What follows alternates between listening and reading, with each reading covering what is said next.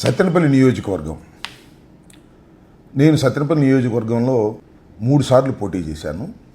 ఒక్కసారి మాత్రమే గెలిచాను, 2 సార్లు ఓటమి పాలయ్యాను. ఆ ప్రాంతం నాకు చాలా పరిచయమైన ప్రాంతంగా తయారైంది.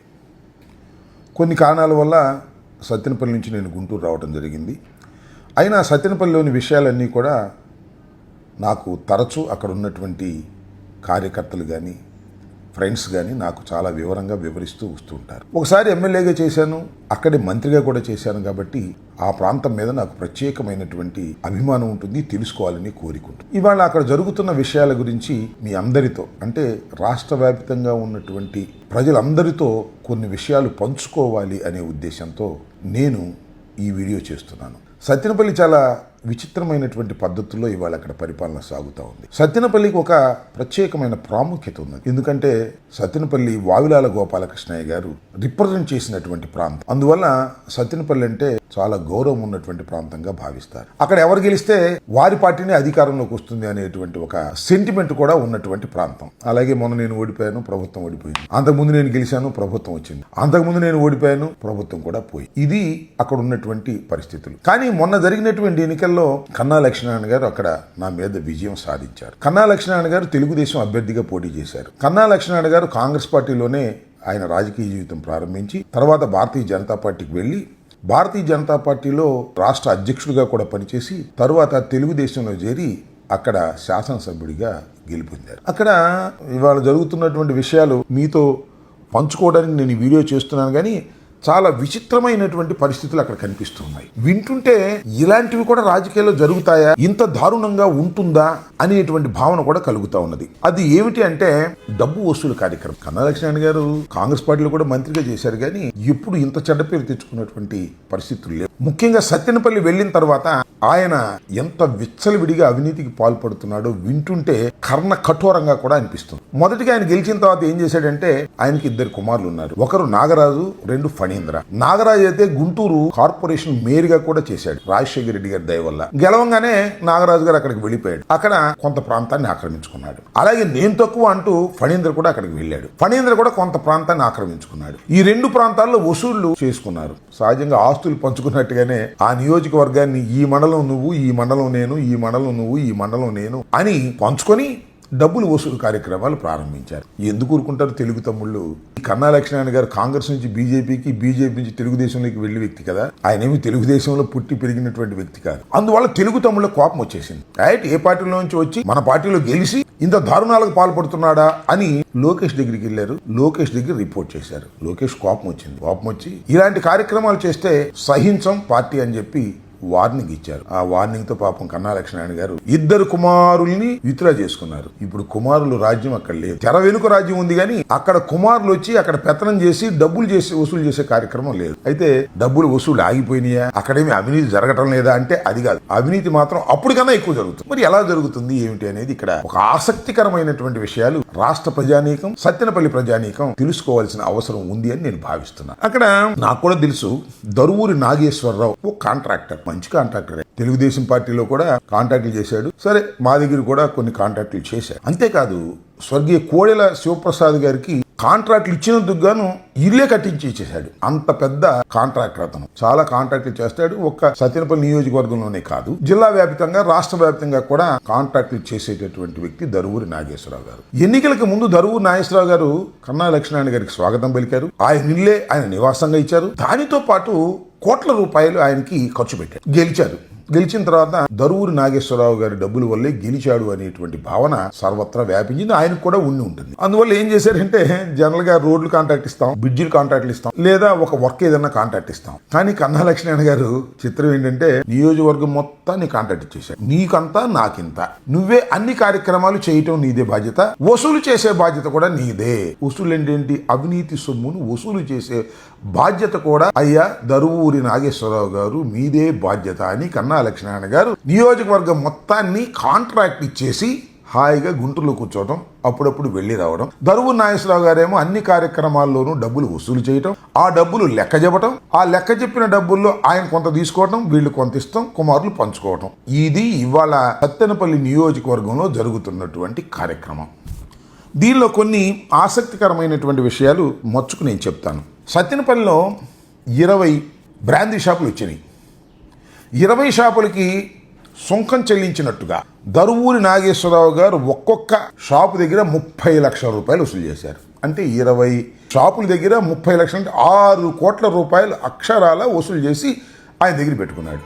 సరే, అది కన్నా లక్ష్మీనారాయణ గారికి ఇచ్చాడా, లేకపోతే పాత ఎన్నికల్లో ఖర్చు పెట్టిన వాటికి జమ వేసుకున్నాడు, అది వాళ్ళిద్దరికే తెలుసు తప్ప మరొకరికి తెలియదు. ఈ విధంగా బ్రాందీ షాపుల విషయంలో ఆ విధంగా చేశారు. బార్లు ఉన్నాయి. బార్లు వైసీపీ గవర్నమెంట్ అధికారంలో ఉన్నప్పుడే 4 బ్రాందీ షాపులు పాడుకున్నారు. ఆ 4 నాకు తెలిసిన వారే. ఆ 4 ఇవాళ లేరు, పేర్లు అయి ఉన్నాయి కానీ ఆ 4 బయటికి గింటేశారు. ఎక్సైజ్ డిపార్ట్మెంట్ తో బెదిరించి ఆ 4 ఉండపళంగా కట్టుబట్టలతో వెళ్ళిపోమన్నారు. ఆ 4 బార్లు కూడా కన్నా లక్ష్మీనారాయణ గారికి సన్నిహితంగా ఉండేవాళ్ళు, డబ్బులు ఇచ్చేవాళ్ళు, ఆయనకి బాగా పనిచేసిన వాళ్ళు ఆ 4 ఇచ్చేశారు. పేరు ఒకరిది, అక్కడ షాపులు మెయింటైన్ చేస్తున్నది ఒకటి. ఇది ఎక్సైజ్ డిపార్ట్మెంట్ వారు కన్నా లక్ష్మీనారాయణ గారి కోరిక మేరకు చక్కని సౌలభ్యాన్ని ఏర్పాటు చేశారు. ఇది అక్కడ జరుగుతున్న బార్ల వ్యవహారం. ఇంకా పోతే రైస్ ఉంటాయి కదా, పీడిఎస్ రైస్, దాని వ్యవహారం చాలా భయంకరంగా ఉంటుంది. అక్కడ ఏంటంటే ₹1 కోటి అడ్వాన్స్, ముందు అడ్వాన్స్ ఇచ్చేశారు, శుభ్రంగా తీసేసుకున్నారు. ఆ తర్వాత నెలకు 18 లక్షల రూపాయలు నుంచి 20 లక్షల రూపాయలు ఒక ఆయన కాంట్రాక్ట్ ఇస్తారు. అదెవరు? దరువూరి నాగేశ్వరరావు గారే. ఇదంతా పేమెంట్స్ అన్ని కూడా దరువూరి నాగేశ్వరరావు గారి దగ్గర జరుగుతాయి. దరువూరి నాగేశ్వరరావు గారే డెసిషన్ తీసుకుంటారు. దరువూరి నాగేశ్వరరావు గారు కన్నా లక్ష్మీనారాయణ గారు ఫోన్ లో మాట్లాడుకుంటారు. ఇది జరుగుతున్న విషయం. ప్రతి నెల 18 నుంచి 20 లక్షల రూపాయలు రేషన్ బియ్యాన్ని అమ్ముకోవడానికి ఏర్పాటు చేసుకున్నారు. ఇది ఒక ఆదాయ పద్ధతి. దీని ప్రకారం దాని జరుగుతూ ఉంది. ఇంకా మైనింగ్ వ్యవహారానికి వచ్చినప్పుడు మట్టి మైనింగ్ ఇవన్నీ ఉంటాయి కదా, దీనికి ఏఎంఆర్ కంపెనీ ఇంతకు ముందు వైఎస్ఆర్ కాంగ్రెస్ పార్టీ అధికారంలో ఉన్నప్పుడు కూడా వారిదే కాంట్రాక్ట్. ఒక్కొక్క లారీకి ముందు స్లిప్లు ఇస్తారు, ఆ రసీదులు, దాని ప్రకారం 1200 రూపాయలు కట్టి వాళ్ళు తోలుకోవాలి. కానీ సత్తెనపల్లిలో ఏంటో విచిత్రం తెలుసా, ఈ 1200తో పాటు ఇంకో 1000 రూపాయలు కట్టాలి. మన దగ్గర ఈ రసీదులన్నీ కూడా ఏఎంఆర్ దగ్గర ఉండవు. సత్తెనపల్లికి సంబంధించిన రసీదులన్నీ కూడా దరువూరి నాగేశ్వరరావు గారి ఇంటి దగ్గర ఉండవు. మీకేదైనా ఒక లారీ మట్టి తోలుకోవాలి అంటే, లేదా ఒక 10 లారీలు మట్టి తోలుకోవాలి అంటే వాస్తవానికి 1200 కట్టాలి. కానీ ఇక్కడ 2200 దరువూరి నాగేశ్వరరావు గారికి ఇస్తే ఆయన 10 రసీదులు ఇస్తాడు. ఆ రసీదులు తీసుకెళ్లి మనం మట్టి తోలుకునే కార్యక్రమం, మైనింగ్ తోలుకునే కార్యక్రమాలు చేస్తాం. ఇది జరుగుతున్నటువంటి వ్యవహారం. అలాగే సున్నపురాయి ఉంది సత్తెనపల్లి నియోజకవర్గంలో, కొండమూడులో. ఒక్కొక్క ట్రాక్టర్కి 300 రూపాయలు. ఈ వసూళ్ల కార్యక్రమం అంతా కూడా దరువూరి నాగేశ్వరరావు గారే చేస్తారు. ఇవి కాకుండా బిల్లులు ఉన్నాయి కదా, వైసీపీ హయాంలో జరిగినటువంటి బిల్లులు, ఆ డబ్బులు తీసుకోవడానికి సింపుల్ క్యాష్ కొట్టడం, తీసేసుకోవడం. 5%, ₹1,00,000 ఇవ్వాలనుకోండి 5,000, ₹1,00,00,000 ఇవ్వాలనుకోండి 5 లక్షలు. సింపుల్. ఎవరైనా సరే ఇచ్చేసి కనపడి నమస్కారం పెట్టేస్తే దరువూరి నాగేశ్వరరావు గారిని కలమంటారు. దరువూరి నాగేశ్వరరావు గారి దగ్గర డబ్బులు ఇచ్చేస్తే ఆ బిల్లుల ప్రాసెస్ అంతా బిగిన్ చేస్తారు. పార్టీ లేదు, మనం లేదు, ఏమీ లేదు. అంతా సవ్యంగా ఇచ్చలవిడిగా జరిగిపోతున్నటువంటి కార్యక్రమాలు. ఇవి కాకోకుండా ఎస్ఐల్ ట్రాన్స్ఫర్లు, సిఐల్ ట్రాన్స్ఫర్లు, ఎండిఓ ట్రాన్స్ఫర్లు, ఎంఆర్ఓ ట్రాన్స్ఫర్లు, ఇంకా చిన్న చిన్న ట్రాన్స్ఫర్లకి వాటి బిల్లులు, వాటి వ్యవహారాలు, వాటి కథలు, వాటి డబ్బులు అవన్నీ సాగుతూ ఉన్నాయి. ఒక పెద్ద ఆదాయపు సోర్సుగా ఇవాళ కన్నా లక్ష్మీనారాయణ గారు, దరువూరి నాగేశ్వరరావు గారు కలిసి చేస్తున్నటువంటి వ్యవహారం. అందువల్ల ఇది దరువూరి కన్నా దరువూరి ట్యాక్స్ జరుగుతా ఉంది. ఇక్కడ దరువూరి నాగేశ్వరరావు గారి గురించి ఒక విషయాన్ని చెప్పాలండి. అదేంటంటే దరువూరి నాగేశ్వరరావు గారు ఒక వెంచర్ వేశారు. అదేంటంటే ఇరిగేషన్ కాలువ మీదుగా రోడ్డు వేశారు. అక్కడ తర్వాత అక్కడ ఒక వెంచర్ వేశారు. ఆ వెంచర్ అన్ని ప్లాట్లు అమ్ముతా ఉన్నారు. ఆ వెంచర్లు అన్ని అవకతవకలే. కొన్ని పర్మిషన్లు ఉన్నాయి, కొన్ని పర్మిషన్లు లేవు. అమ్మేస్తున్నారు, కొనేస్తున్నారు. ఎందుకంటే పవర్ ఉంది కదా, కన్నా లక్ష్మీనారాయణ గారు అండుంది, పవర్ ఉంది. రోడ్లు గిడ్లు బ్రహ్మాండంగా వేశారు. రోడ్లు బ్రహ్మాండంగా వేసినా, కాలువ మీద రోడ్లు వేసినా అవన్నీ కూడా డీవియేషన్ అయి రోడ్లు వేశారు. ఇది అంటే శాశ్వతంగా కన్నా లక్ష్మీనారాయణ గారు ఉంటే అది వేరే అంశం, లేదు శాశ్వతంగా చంద్రబాబు నాయుడు గారు ఉంటే అది వేరే విషయం. కానీ ప్రభుత్వం మారిందనుకోండి, కొన్నోళ్ళందరూ ఇబ్బంది పడతారనే విషయాన్ని కూడా కొనేవారికి నేను ఈ సందర్భంగా సూచన చేయదలుచుకున్నాను. ఒక విషయం ఇక్కడ చెప్పాలండి మీకు, ఎందుకంటే అంతకుముందు నాకన్నా ముందు కోడెల శివప్రసాద్ గారు కూడా ఇక్కడ పరిపాలన చేశారు. అప్పుడు కే ట్యాక్స్ అని రాష్ట్ర వ్యాప్తంగా ప్రచారం జరిగింది. అప్పుడు కూడా చాలా అవినీతికి పాల్పడ్డాడనే ఆరోపణలు చాలా ఉన్నాయి కోడెల శివప్రసాద్ గారి మీద. కోర్స్ ఆయన చనిపోయాడు, స్వర్గస్థులు అయిపోయారు. కానీ ఆయన చాలా మంచివాడు అనిపిస్తున్నాడు ఇవాళ. కోడెల శివప్రసాద్ గారు, వారి కుటుంబ సభ్యులు చాలా మంచివాళ్ళండి. దానికన్నా భయంకరంగా ఇవాళ వసూలు చేస్తున్నాడు కన్నా లక్ష్మీనారాయణ గారు. కన్నా అండ్ దరువూరి K&D ట్యాక్స్ బ్రహ్మాండంగా వసూలు చేస్తున్నారనేటువంటి విధానం ఇవాళ ప్రబలంగా ప్రతి చోట వినిపిస్తున్నటువంటి అంశమని కూడా ఈ సందర్భంగా నేను మీ ద్వారా రాష్ట్ర ప్రజానీకానికి తెలియపరచుకున్నా. చాలా స్పెషల్ అనమాట. సత్తెనపల్లి నియోజకవర్గం అనేది ఒక స్పెషల్గా భావిస్తారు. ఈ మధ్యన ఒక విషయం జరిగింది. ఒక టీవీ ఛానల్ వాళ్ళు కన్నా లక్ష్మీనారాయణ గారి మీద ఏదో దూషణ చేస్తూ వార్త వేశారట. వాడిని పిలిచి మామూలుగా ఉండవు తిట్లు, చాలామందికి మా జిల్లాలో తెలుసు. కన్నా లక్ష్మీనారాయణ గారు నోరు విప్పారు అంటే భయంకరమైన భూత పురాణం. ఇష్టం వచ్చినట్టు తిట్టేశారు. ఆ తిట్లు నేను ఇప్పుడు చెప్పలేను అనుకోండి, ఆయనకు తిట్టుకోవాలని కూడా చెప్పలేరు.